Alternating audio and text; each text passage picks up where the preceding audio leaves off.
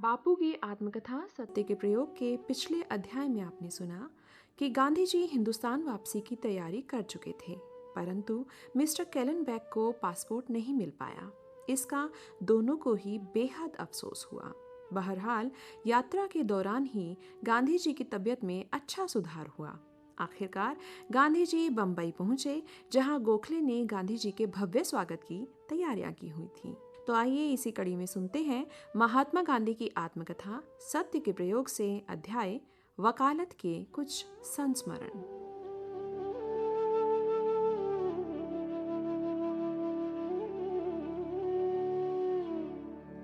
हिंदुस्तान आने के बाद मेरे जीवन की धारा किस तरह प्रवाहित हुई, इसका वर्णन करने से पहले मैंने दक्षिण अफ्रीका के अपने जीवन के जिस भाग को जानबूझकर छोड़ दिया था, उसमें से कुछ यहां देना आवश्यक मालूम होता है। कुछ वकील मित्रों ने वकालत के समय के और वकील के नाते मेरे संस्मरणों की मांग की है। ये संस्मरण इतने अधिक हैं कि उन्हें लिखने बैठूं तो उन्हीं की एक पुस्तक तैयार हो जाए। ऐसे वर्णन मेरी अंकित मर्यादा के बाहर जाते हैं, किंतु उनमें से कुछ जो सत्य से संबंध रखने वाले हैं, यहां देना शायद अनुचित नहीं माना जाएगा। जैसा कि मुझे याद है, मैं ये तो बता चुका हूं कि वकालत के धंधे में मैंने कभी असत्य का प्रयोग नहीं किया और मेरी वकालत का बड़ा भाग केवल सेवा के लिए ही अर्पित था और उसके लिए जेब खर्च के अतिरिक्त मैं कुछ नहीं लेता था। कभी कभी जेब खर्च भी छोड़ देता था। मैंने माना था कि इतना बता देना इस विभाग के लिए पर्याप्त होगा, पर मित्रों की मांग उससे आगे जाती है। वे मानते हैं कि यदि मैं सत्य रक्षा के प्रसंगों का थोड़ा भी वर्णन दे दूं, तो वकीलों को उसमें से कुछ जानने को मिल जाएगा। विद्यार्थी अवस्था में भी मैं ये सुना करता था कि वकालत का धंधा झूठ बोले बिना चल नहीं सकता। झूठ बोलकर मैं न तो कोई पद लेना चाहता था और न पैसा कमाना चाहता था, इसलिए इन बातों का मुझ पर कोई प्रभाव नहीं पड़ता था। दक्षिण अफ्रीका में इसकी परीक्षा तो बहुत बार हो चुकी थी। मैं जानता था कि प्रतिपक्ष के साक्षियों को सिखाया पढ़ाया गया है और यदि मैं मुवक्किलों को अथवा साक्षी को तनिक भी झूठ न बोलने के लिए प्रोत्साहित कर दूं, तो मुवक्किल के केस में कामयाबी मिल सकती है। किंतु मैंने हमेशा इस लालच को छोड़ा है।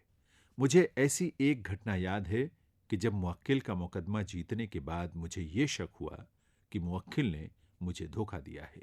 मेरे दिल में भी हमेशा यही ख्याल बना रहता था कि अगर मुवक्किल का केस सच्चा हो तो उसमें जीत मिले और झूठे हो तो उनकी हार हो। मुझे याद नहीं पड़ता कि फीस लेते समय मैंने कभी हार जीत के आधार पर फीस की दरें तय की हों। मुवक्किल हारे या जीते, मैं तो हमेशा अपना मेहनताना ही मांगता था और जीतने पर भी उसी की आशा रखता था। मुवक्किल को मैं शुरू से ही कह देता था, मामला झूठा हो तो मेरे पास मत आना। साक्षी को सिखाने पढ़ाने का काम कराने की मुझसे कोई आशा न रखना। आखिर मेरी साख तो यही कायम हुई थी कि झूठे मुकदमे मेरे पास आते ही नहीं। मेरे कुछ ऐसे मुवक्किल भी थे जो अपने सच्चे मामले तो मेरे पास लाते थे और जिनमें थोड़ी भी खोट खराबी होती उसे कहीं और ले जाते थे। एक अवसर ऐसा भी आया जब मेरी बहुत बड़ी परीक्षा हुई। मेरे अच्छे से अच्छे मुवक्किलों में से एक का ये मामला था। उसमें बही खातों की भारी उलझनें थीं। मुकदमा बहुत लंबे समय तक चला था। उसके कुछ हिस्से कई अदालतों में गए। अंत में अदालत द्वारा नियुक्त हिसाब जानने वाले पंच को उसका हिसाबी हिस्सा सौंपा गया था। पंच के फैसले में मेरे मुवक्किल की पूरी जीत थी, किंतु उसके हिसाब में एक छोटी परंतु गंभीर भूल रह गई थी। जमा खर्च की रकम पंच के दृष्टिकोण से इधर की उधर ले ली गई थी। प्रतिपक्षी ने पंच के इस फैसले को रद्द करने की अपील की थी। मुवक्किल की ओर से मैं छोटा वकील था।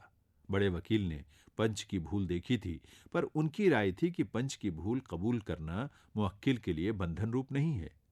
उनका यह स्पष्ट मत था कि ऐसी किसी बात को स्वीकार करने के लिए कोई वकील बंधा हुआ नहीं है जो उसके मुवक्किल के हित के विरुद्ध जाए। मैंने कहा, इस मुकदमे में रही हुई भूल स्वीकार की ही जानी चाहिए।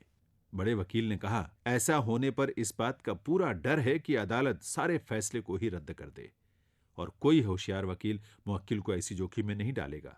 मैं तो ये जोखिम उठाने को कभी तैयार न होऊंगा। मुकदमा फिर से चलाना पड़े तो मुवक्किल को कितने खर्च में उतरना होगा और कौन कह सकता है कि अंतिम परिणाम क्या होगा। इस बातचीत के समय मुवक्किल भी उपस्थित थे। मैंने कहा, मेरा तो ख्याल है कि मुवक्किल को और हम दोनों को ऐसी जोखिमें उठानी ही चाहिए। हमारे स्वीकार न करने पर भी अदालत भूल भरे फैसले को भूल मालूम हो जाने पर बहाल रखेगी, इसका क्या भरोसा है? और भूल सुधारने की कोशिश में मुवक्किल को नुकसान उठाना पड़े तो क्या हर्ज होगा? बड़े वकील ने कहा, लेकिन हम भूल कबूल करें तब ना। मैंने जवाब दिया, हमारे भूल न स्वीकार करने पर भी अदालत उस भूल को नहीं पकड़ेगी अथवा विरोधी पक्ष उसका पता नहीं लगाएगा, इसका भी क्या भरोसा है? बड़े वकील ने दृढ़तापूर्वक कहा, तो इस मुकदमे में आप बहस करेंगे? भूल कबूल करने की शर्त पर मैं उसमें हाजिर रहने को तैयार नहीं हूं। मैंने नम्रतापूर्वक कहा, यदि आप न खड़े हों और मुवक्किल चाहे तो मैं खड़ा होने को तैयार हूं। यदि भूल कबूल ना की जाए तो मैं मानता हूं कि मुकदमे में काम करना मेरे लिए असंभव है। इतना कहकर मैंने मुवक्किल की तरफ देखा। मुवक्किल थोड़े से परेशान हुए। मैं तो मुकदमे में शुरू से ही था। मुवक्किल का मुझ पर पूरा विश्वास था। वे मेरे स्वभाव से भी पूरी तरह परिचित थे।